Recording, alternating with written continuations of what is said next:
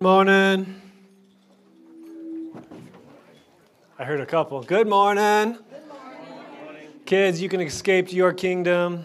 Back door is the easiest way to sneak away from your parents. Don't tell them I ever told you that. If you guys don't know me, my name is Evan. What we're going to be doing the next, I'd say, 4 or 5 weeks for our announcement time is letting you know different opportunities that you have to get engaged on a deeper level with Rimrock Downtown. I'll be up here right now sharing my ministry, but then each week, a pastor or the director of that ministry will come up and do the exact same thing. Now, conceptually, why do you think we are doing this? Why do you think we are giving you opportunities to be more involved in this church? What is the church, biblically speaking? It's a body, it's us. Right? And so it's not just a matter of coming and sitting and being spoken at and absorbing 5 to 10% and going on your way. Right? If you want to be involved with what God's doing in this church, right, you got to see yourself as part of this church. You know, my eyes were open when I was in my late 20s. I grew up in a church. My dad was a pastor, mom a children's director. Always went, but it wasn't until my late 20s where I started to get involved and actually put my talents, my gifts on the table, that my life was changed. And so that's the major, the foundational concept that we run this church off of, is that we are the church.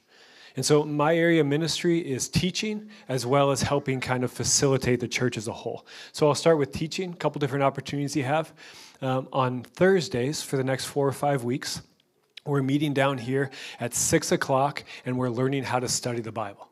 The 3-question method or the inductive method, maybe you've heard of that. It's pretty simple, but it'll help you unlock the truth in the Bible unlike anything I've ever experienced. So Thursdays at 6 o'clock. Also, every other Monday, including this Monday, we're going to have an apologetics group meeting at 5:30. Now, if you don't know what apologetics means, it's the defense of our faith. It's looking at science, philosophy, history, logic in order to support the fact that the Bible is true. And so if you're a deeper thinker and you're interested in engaging with others, every other Monday, starting this Monday, at 5:30 down here. You know, we'll also have a decent number of other classes coming your way, like 5 love languages should be starting in a month or so, and that'll be during the first or second service. Right, so there's just a lot of things coming your way, opportunities to go deeper. But the real thing that I found helped me really engage was when I would use my talents. So if there's any teachers out there, this light is so bright so I can't even see your eyeballs, but I'm sure there's some teachers out there. If you feel the desire and the call to teach something, please come and talk to me. That's one of my favorite things to do, is to come alongside other teachers and to lift them into a position where they can teach. So all of this is off the idea that we are the church, and if you want more out of the church, you got to bring what you have to it. All right, let's stop everything that I'm ranting about, where your mind's wandering off to. Let's pray. Just quiet our minds, go before God. God, that's exactly what we do right now. We stop because we believe that you are real. We know that you are around us and that you are within us, and we want more of what you can bring. God, we open up our minds to you right now, giving you permission, Spirit, to speak your truth to us. That's a major reason why we are here, is to hear from you. So please make that happen. Amen. All right, so last week we started what we've entitled 21 Days of Intention. Now, I feel like the name is fairly self-explanatory, but just to make sure that we're all on the same page, let me spend a little time describing the purpose of this time. Now, 21 Days of Intention, feel free to put that up, Josh, is when we spend 3 weeks intentionally making choices to elevate our God to the forefront of our everyday lives. Instead of him being someone, or even worse, something that we only focus in on for about an hour or two, once or twice a week, during this time, we deliberately make choices to give him far more of our attention. The reason why we do this is because he deserves it and because he is worth it. Now, you hear me say this all the time. That's what happens when you get a pastor who has had a near-life experience. Without God, we would have nothing. Absolutely everything we know is created by our God and is sustained by his power. Without him, nothing that we know as our reality would or could exist. He is the author and the source of life in general, and more specifically, your creator. Because of that, he deserves to be prioritized in our lives. But what is crazy is that he not only deserves our time, the benefits that we get from prioritizing him makes it fully worth it for us. Because of who he is and the life that he is continually bringing to us, when we dedicate more of ourselves to seeking him, we receive more of what only he can bring, the good life. That's why he is worth our focus. Because God deserves our devotion and because of the good things it brings to us, we should be intentionally seeking him every day of our lives. But man, we are temporary, flawed, and so forgetful. Because of that, we need to both be reminded and held accountable. This is why we collectively practice our 21 days of intention at least once a year. So that way our minds are brought back to the place where they should always be. And so that way we can do it with other people from our community. Now, because of the communal approach, I want to point out just two more things before we start studying the Bible. The first one is a resource. Now, if you Google Rimrock Church and then 21 Days of Intention, you'll be taken to a web page. And on that web page, there is a decent number of apps that a lot of the leaders from this church have found helpful in meditating, studying the Bible, different things that really fall in line with 21 Days of Intention. You'll also see a list of different books or articles that can kind of help support or even teach you about the spiritual disciplines. All right, so there's your brief reminder of what 21 Days is all about. Now we get to look at the ways in which the Bible is promoting this style of practice. Last week, Chris laid a really good foundation off of which the 21 days can and should be built. We need to first become aware of God's presence in our lives and then respond to the invitation that he is continually presenting to us. This morning, I want to lay one more conceptual layer, and then we're going to look at a practical way that we can put it into action. But let's first start with that foundational layer. Here it is. We should be entirely dependent on God for everything in our everyday lives. By becoming aware of God's reality and presence in your life and the fact that he is continually wanting to lead you into more and more of what you want and need, out of that understanding, we should fully depend on him for everything. Let me say it one more time and add a little detail to it. If you know that the God of the Bible is real and that he wants to be your guide, this should then create a complete and total dependence on him for everything that you say and do. I know that might sound a little bit over the top. A complete dependence on God for everything that I say and do? But this is what Jesus did during his days on earth. With that, you may be wondering, well, just because Jesus did it, why should that be something that I do as well? Well, if you have faith in Jesus, that he is God, that he came to save you from your own foolishness and to call you to be his follower, then you are his disciple. Last week, Chris defined discipleship for us. Go ahead and put it up, Josh. A journey of intentional decisions leading to maturity in your relationship with Jesus so that you may become more like him in your attitudes, focus, and ultimately your behavior. As a disciple, one of our main goals is to become more like the one who we're following, to become more like Jesus. Now, at this point, you may be thinking, how could I become like Jesus? He is God. Now, that's a really good point. But you know what? According to the Bible, during his days on earth, he wasn't only God, he was also fully man. Now, this in and of itself can be an entire sermon series. But let me give you a really quick flyover so that way we can see Jesus as someone that we can emulate. Now, we see evidence of Jesus being God throughout the entire Bible. In Genesis 1 at the very beginning, like we saw this summer, God speaks in plurality when he says, "Let us make mankind." And there are also so many different prophecies throughout the entire Old Testament of this individual that's going to come that can save us from our own foolishness. And this person has to be bigger and better than a normal human. When we get to the New Testament, Jesus himself makes his divinity obvious through the power that he displays. Right? Think about him healing the sick and the physically broken. His complete control over nature. And then he rises from the dead. Authors, men like Paul, openly declare this in a passage like Colossians 1:15. He, Jesus, is the image of the invisible God, the firstborn of creation. For in him all things in heaven and on earth were created, things visible and invisible, whether thrones or dominions or rulers or powers. All things have been created through him and for him.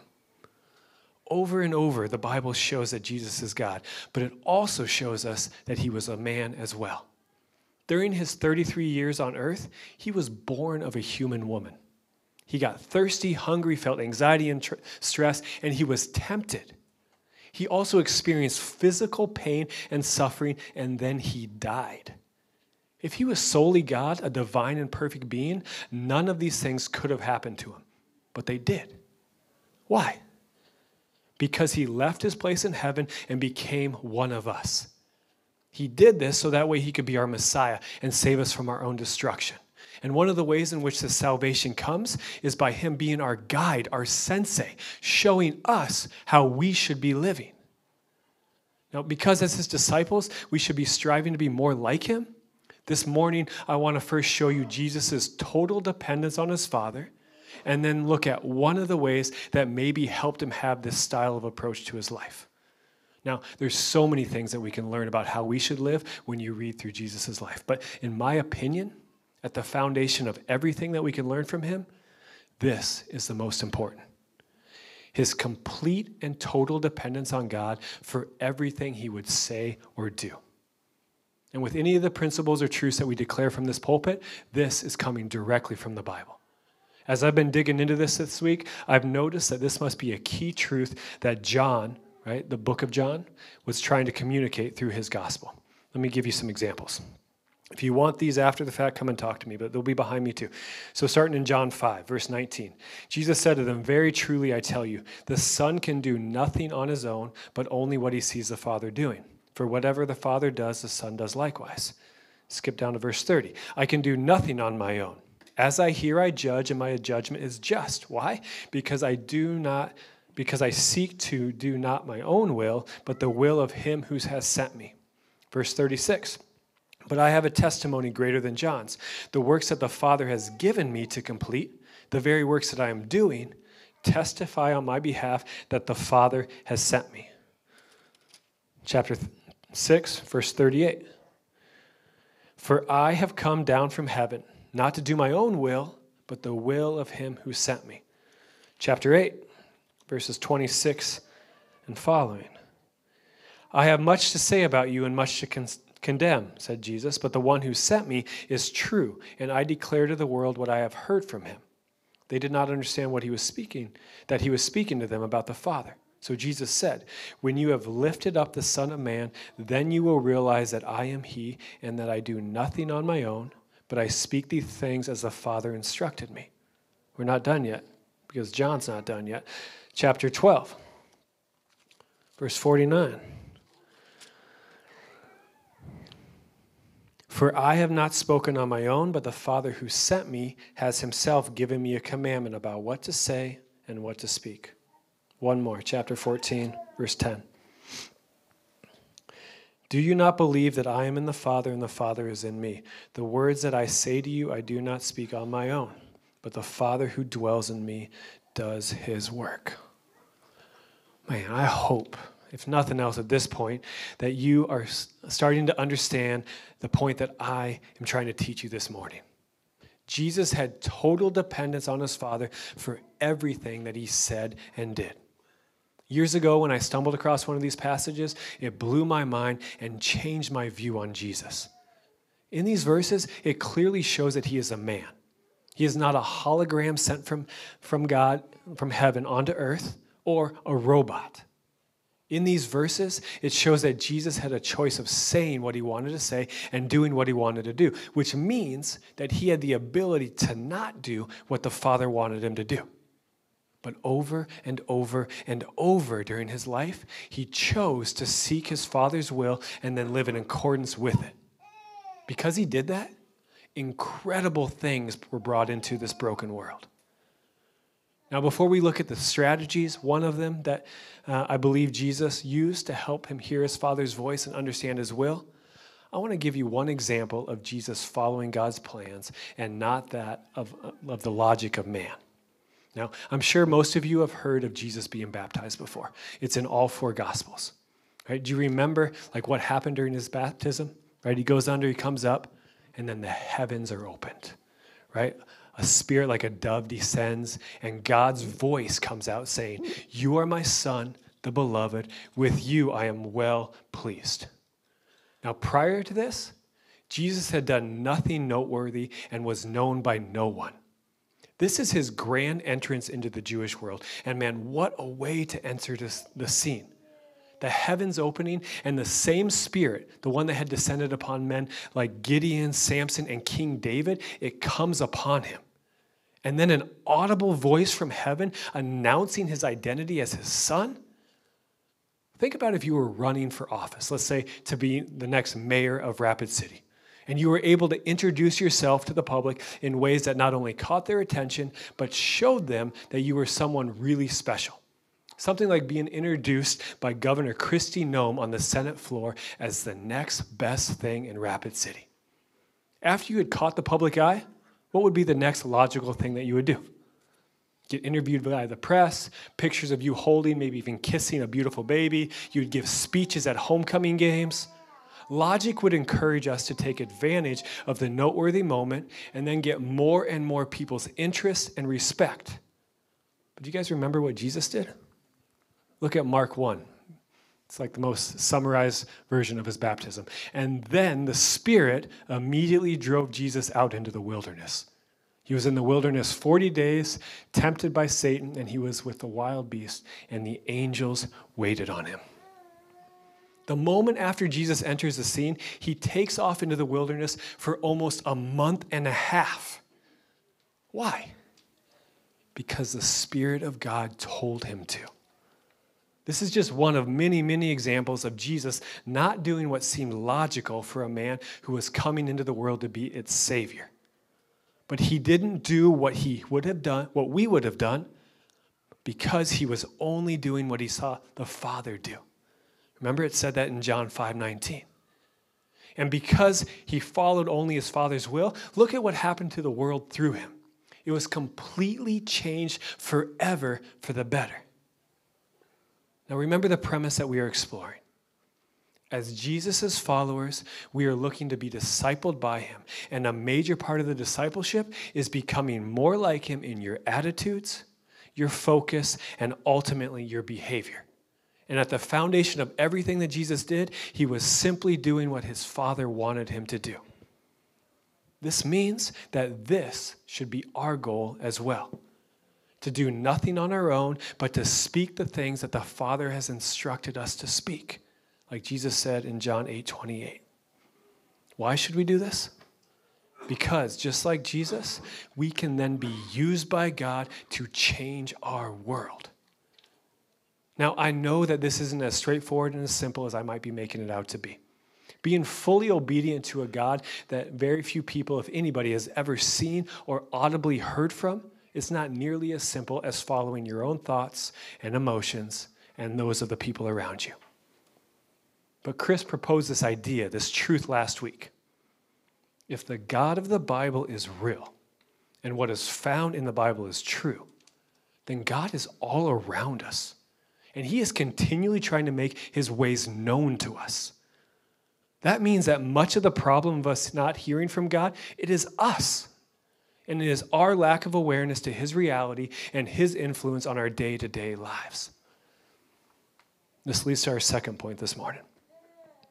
For the remainder of the time, I want to look at one of the ways that Jesus was able to become more aware of his Father's presence, and then out of that awareness, understand his Father's desires. We see this clearly stated in the passage that we just looked at, Mark 1, after his baptism. And the Spirit immediately drove him out into the wilderness. In the Greek, the language in which it was written in, the English word for wilderness is eremos, which can mean desert, solitary, desolate, or wilderness.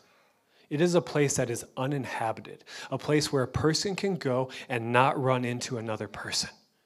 And according to the gospel, this is a place that Jesus would often retreat into. I'll show you two examples, both of them in Luke. Luke 5 is first. But Jesus would withdraw to deserted places and pray.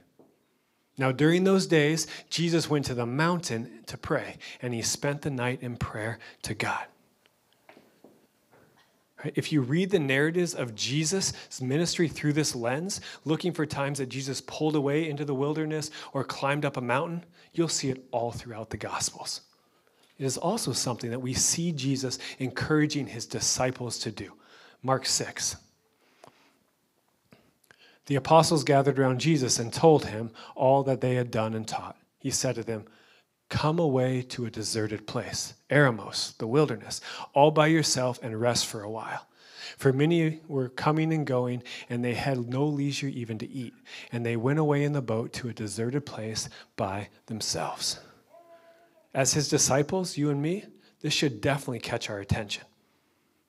Why do you think Jesus, who was only given 3.5 years of active ministry through which he was looking to bring his Father's kingdom in powerful ways, why would he be continually pulling away from the people that he was looking to minister to?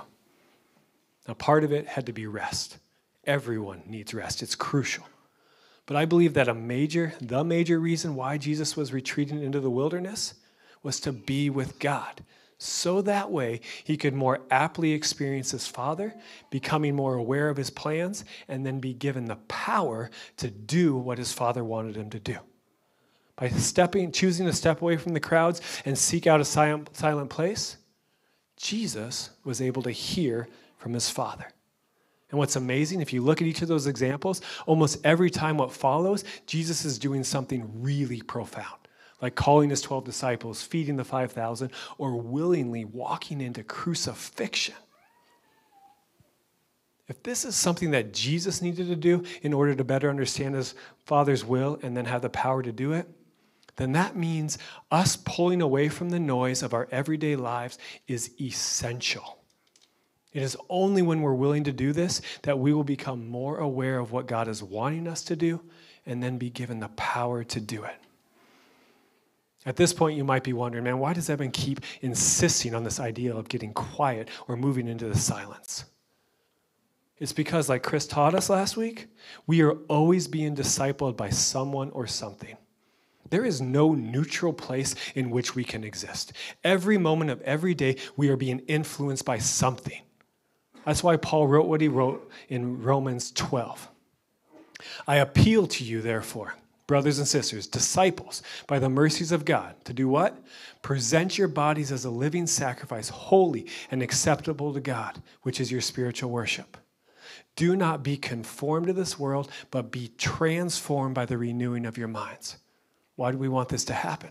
So that way you may be able to discern what is the will of God, like what Jesus is doing, what is good and acceptable and perfect.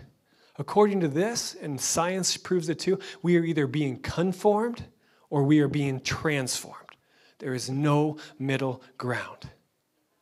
We live in a time in which we are completely surrounded by stimuli every second of every day.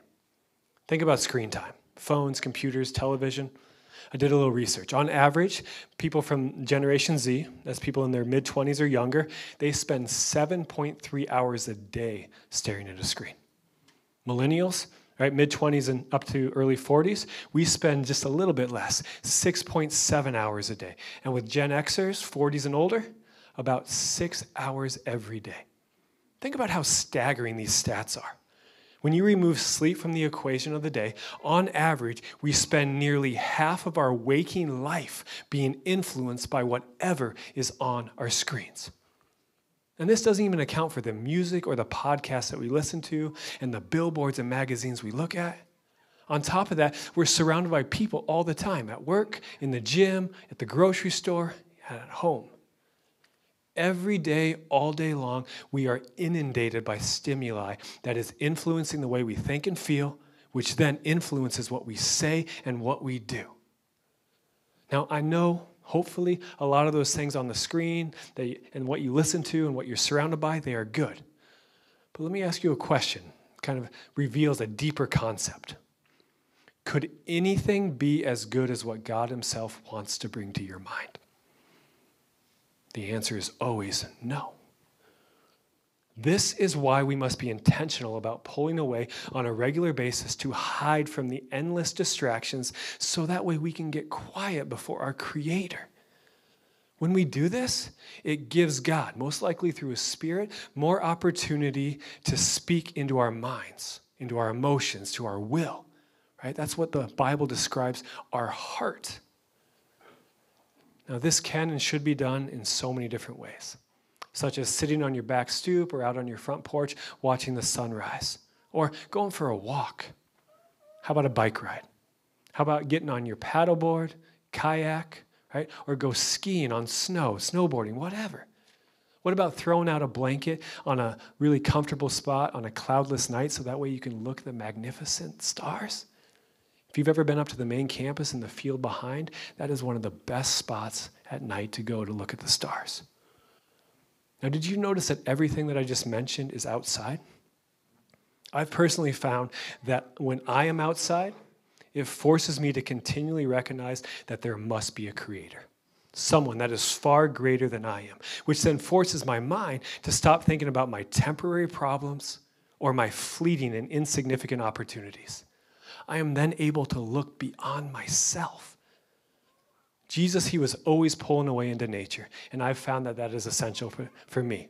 But for you, maybe it's that comfy chair, right, with your blanket and your slippers and that steaming hot cup of coffee. Maybe that's what you need. Now, it doesn't matter how you do it. It's just a matter that you do it, which requires you to be intentional about putting down your phone, taking out your earbuds, and focusing in on the one who made you, saved you, and the one who is sustaining you. This is something that I've been doing for the last week or so with my 21 days of intention, trying to spend a certain amount of time every day without my phone or other distractions so that I can give God more opportunity to heighten my awareness of him and maybe even give me a word. I got to be honest, it hasn't been easy, especially at first. My mind so easily races down every random train of thought about my life. But in the past week, I've discovered at least 2 beneficial strategies to this approach. The first, the longer that I do it, the easier it is for me to settle into the proper mental space. Just like with anything, practice and repetition is how we get better at things, and spiritual disciplines are definitely not an exception to this rule. After about a week of intentionally pulling away from noise, I've found that it takes me far less time to settle in, release my agenda, and simply sit in my awareness that God is all around me. The second thing that I've been learning is the value of the Bible. My mind, it is so fickle. Some days, no matter how hard I try to simply sit and meditate, my mind will not stop racing. On those days, I've learned I got to grab my Bible. The Bible is God's word, which means through it, God will speak to me. Some days, I can sit and reflect, but most days, I need help. By grabbing my Bible, nearly every time, God has given me something to meditate on for the rest of that day. You know, and this is just a little side note, nerdy Bible stuff, but I'm starting to believe that this is what Jesus did during his time in the wilderness. Now, it doesn't explicitly state it anywhere, but it seems like one of Jesus' main strategies in communicating with his Father was through the Old Testament. Throughout the Gospels, 10% of the words that Jesus speaks, he's either directly quoting or alluding to the Old Testament. 10%, a ton. For me, this shows that he either knew his Bible really well. This shows me that he knew his Bible really well, which means that he must have spent a lot of time reading, studying, and memorizing it, which then shows me that this must have been a really important part of him understanding his Father and his Father's will. By developing the habit of always making time to get quiet before God and bring in his word with me, I have been personally discovering why Jesus did this so regularly.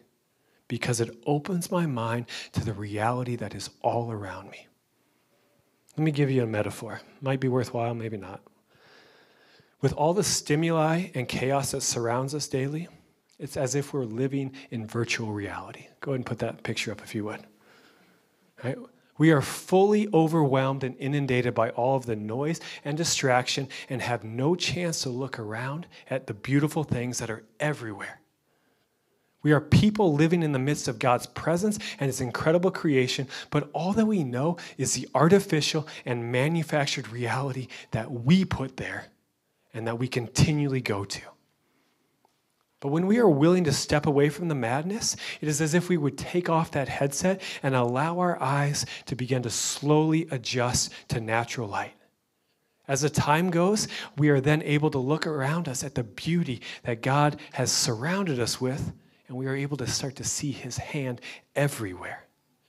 Instead of being confined to our own self-made world of illusion or even delusions, we see things as they really are, which that has the ability to truly set us free. You know, if nothing else, I hope you walk out of here understanding the need for each of us to intentionally and regularly make time away from the clutter and chaos of our normal lives. When we do this, it allows us to become more aware of God's reality that's all around you and even within you. After you're in that spot, you're able to better understand what He is inviting you to be a part of. He wants to use you. I know this. In the same way that He used Jesus, He wants to use you to be a part of the kingdom of light that is breaking into the darkness that is all around us. But to be used by Him, you have to know Him. And in order to know Him, you got to spend time with Him. By willingly giving Him your time, which I believe is the most valuable thing any of us have, you are elevating Him to a place of priority in your life. When you do that, He will be able to grab a hold of you and your heart in ways that are bigger than you will ever know and bring you into a life that is beyond anything you could dream of. As Blake and Zoe come up and continue to allow us to worship in song, I want to end with one more verse that shows Jesus, our sensei, doing what we are also called to do. Mark 1:35. In the morning, while it was still very dark, Jesus got up and went out to a deserted place, and there He prayed. Remember, He's a man, and He had to choose to do this. But He continually stepped into it because He needed His Father.